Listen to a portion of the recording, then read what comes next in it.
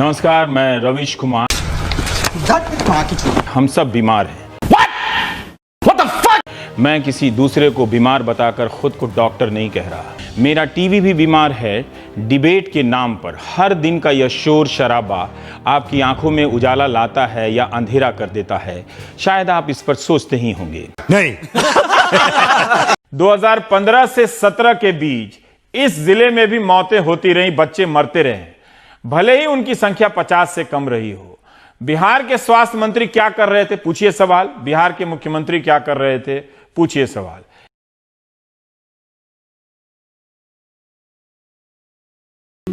Sir, क्या मैं आपसे सवाल पूछ सकता हूं? सर, क्या मैं आपसे सवाल पूछ सकता हूं? देश संकट में है। झूठी तो फैलाना है ना।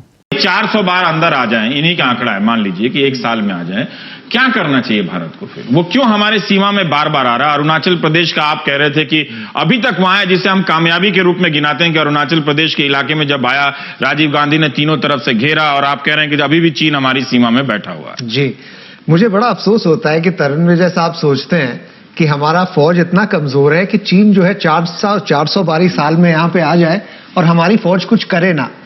हम ये नहीं गिन रहे हैं कि हम कितनी बार चीन के क्लेम लाइन के मुताबिक गए। अच्छा, हम भी गए हैं। देखिए साहब, आप जब आप कहते हैं हाँ, कि आपका क्लेम लाइन यहाँ पे है और हाँ, मैं कहता हूं मेरा क्लेम लाइन वहां पर है, और मैं बराबर पेट्रोलिंग अपनी क्लेम लाइन तक करूं और आप बराबर पेट्रोलिंग अपनी हमारे क्लेम लाइन तक करोगे, तो आप 400 बारी हमारे इलाके में आएंगे और हम 400 बारी आपके इलाके में जाएंगे। तो आपने चीन की गिनती नहीं देखी है। जो चाइनीज ट्रूप्स आए हैं वो ये नहीं कह रहे हैं कि हम खुद के टेरिटरी के अंदर जा रहे हैं। वो अपने खुद के क्लेम लाइन के आगे बढ़ के 3 या 4 किलोमीटर भारत के अंदर घुसे हुए हैं, उस टेरिटरी के अंदर, जो कि चीन भी मानता है कि भारत का एक हिस्सा है। तो ये बहुत चिंताजनक बात है। अरे कहना क्या चाहते हो? राहुल बजाज ने सिर्फ भय के माहौल को लेकर लोग उसको बड़ा बना रहे हैं, लेकिन देखिए वो कह क्या रहे हैं। वो एक ऐसा सवाल उठा रहे हैं जो आज के पत्रकार अमित शाह से शायद ही कर पाए, जो आज के पत्रकार अमित शाह से शायद ही कर पाए। गांधी के हत्यारे को देशभक्त कहने को लेकर, साध्वी प्रज्ञा को टिकट देने को लेकर सवाल कर दिया राहुल बजाज ने। सामने अमित शाह बैठे थे। क्योंकि ये प्रधानमंत्री के मन की बात थी। उन्होंने कहा कि मैं मन से कभी साध्वी प्रज्ञा ठाकुर को नाथूराम गोडसे पर दिए बयान के लिए माफ नहीं करूंगा। मेरा सवाल ये है कि अगर वो भारतीय जनता पार्टी की टिकट पर जीत कर आती है तो क्या पार्टी उनका स्वागत करेगी या बाहर का रास्ता दिखाएगी? नहीं, पार्टी ने उनको सो कॉज नोटिस इश्यू करने का निर्णय किया है। उनका जवाब आने के बाद डिसिप्लिनरी कमेटी इस पर निर्णय करेगी। हमारी पार्टी का संविधान है और इसके हिसाब से आगे कार्यवाही होगी। चूतिया तुम्हारा लड़का। अगर हम करें तो करें क्या, बोले तो बोले क्या? क्या स्वीडन कोविड-19 से लड़ने के मामले में दुनिया को राह दिखा सकता है? डब्ल्यूएचओ का कहना है कि यह फ्यूचर मॉडल हो सकता है। स्वीडन ने तालाबंदी का रास्ता नहीं चुना, लेकिन डेनमार्क, नॉर्वे ने तालाबंदी का रास्ता चुना। तो एक ही इलाके में हमारे पास 2 मॉडल हैं देखने के। स्वीडन के जो एपिडेमियोलॉजिस्ट हैं, एंडर्स टेग्नेल, उन्होंने कहा था कि तालाबंदी एक हास्यास्पद फैसला है। भारत में इस तरह के पद तो अभी तक सुनाई नहीं दिया कि कोई इस संकट में एपिडेमियोलॉजिस्ट बोल रहा है। नेता ही बोल रहे हैं कि किस तारीख को थाली बजानी है, आपको किस तारीख को ताली बजाना है। लेकिन एपिडेमियोलॉजिस्ट का क्या रोल होता है? ऐसे देशों में जब इस तरह के पद पर बैठे लोग बोलते हैं तो ध्यान से सुना जाता है। तो स्वीडन ने लोगों पर भरोसा किया कि वे देह से 2 गज की दूरी का पालन करेंगे, बुजुर्गों के आश्रय स्थल बंद रहेंगे, परिवार के सदस्य भी नहीं जाएंगे, 50 से अधिक लोग जमा नहीं होंगे, 16 साल से कम के बच्चों के स्कूल खुले रहेंगे, सलून, जिम, रेस्तरां, बार, बहुत सारे बिजनेस खुले रहेंगे, लोग घरों से काम करेंगे। फिर तुम्हारी इस एक गलती से कितना तमाशा होगा इसका अंदाजा नहीं तुम्हें। अच्छा होता ट्रेन चला दी जाती और ट्रेन में देह से दूरी का पालन करना आसान भी होता और एक रेलगाड़ी में बस की तुलना में ज्यादा लोग आ भी सकते और कम से कम समय में ज्यादा से ज्यादा लोग एक जगह से दूसरी जगह पहुंचाए जा सकते थे। कुछ मुख्यमंत्रियों ने इसकी मांग भी की, लेकिन अनसुनी कर दी गई। केंद्र सरकार ने आखिरकार मजदूरों को रेलगाड़ी से वापस भेजने का फैसला कर लिया। तो क्या हम इस संकेत के रूप में इसे देखें कि तालाबंदी की प्रक्रिया भी और चल सकती है? क्योंकि जब आप मजदूरों को दूसरी जगह पहुंचाने का फैसला कर रहे हैं, वो भी महीना भर से ज्यादा गुजर जाने के बाद, तो क्या आपने ये सोचा है कि अगर तालाबंदी टूटेगी तो कारखानों को, दुकानों को और बाजारों को चलाने के लिए इन मजदूरों की वापसी के लिए क्या फिर से ट्रेनें चलाई जाएंगी? क्योंकि रियायत तो एक बार के लिए ही दी गई है अपने घरों तक पहुंचने के लिए। तो तू ये जितनी बातें कर रहा है ना गोल गोल, भोसड़ी के तेरे गांड में डाल दूंगा मैं। कौन है ये लोग, कहां से आते हैं? ये पहले देखिए क्या हो रहा है देश में।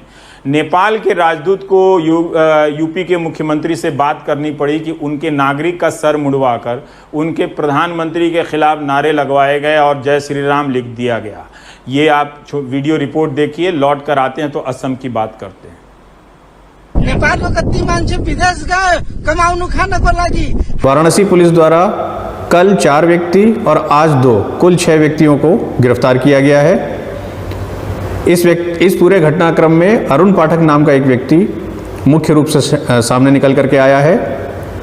आज हमारा संपर्क इस वीडियो में दिखाए जा रहे व्यक्ति से भी हुआ। ये व्यक्ति यहीं पर रहते हैं, जल संस्थान की सरकारी कॉलोनी में इनका आवास है। इनके पिता और माता जल संस्थान में सरकारी पद पर कार्यरत थे।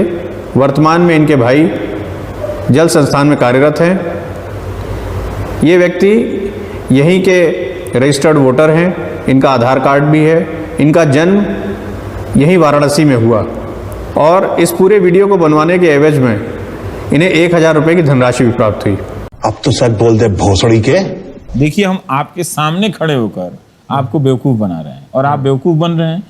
क्यों बन रहे हैं? अबे गांड ना फुलाओ, माँ चोद देंगे तुम्हारी भोसड़ी के। पैसा बताओ कितना हुआ? यही वल्गर है, लोग समझ नहीं रहे हैं। मैं उनसे हाथ जोड़ के कह रहा हूं, समझो इस बात।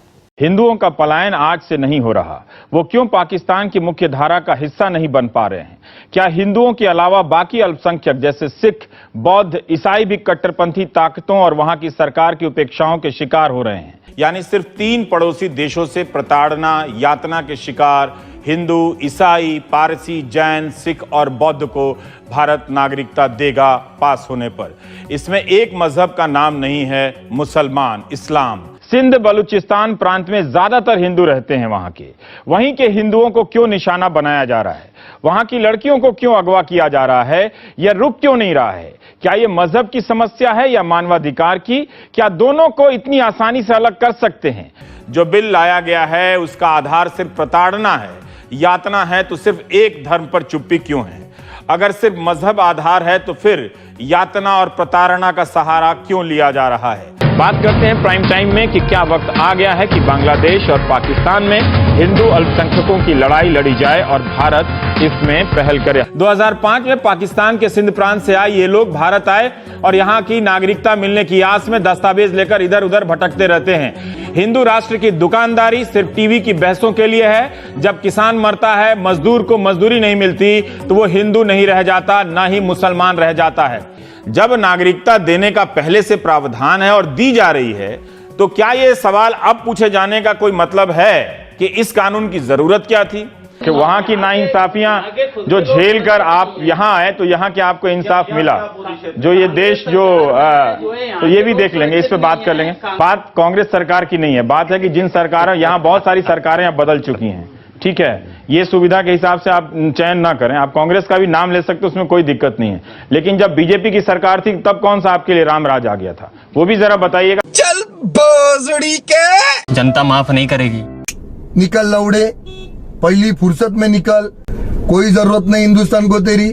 इस प्रक्रिया में हम कई बार गलतियां कर जाते हैं, आप माफ भी कर देते हैं, लेकिन कई बार ऐसा लगता है कि हम गलतियां नहीं कर रहे हैं, जानबूझकर ऐसा कर रहे हैं। हम कहते हैं आप जो देखते हैं वो हम दिखाते हैं। इसी में कोई नंबर 1 है तो कोई मेरे जैसा नंबर 10 है, कोई टॉप है तो कोई मेरे जैसा फेल है। मुझे पता है आज के बाद भी मैं वही करूंगा जो कर रहा हूं, कुछ नहीं बदलेगा, ना मैं बदल सकता हूं।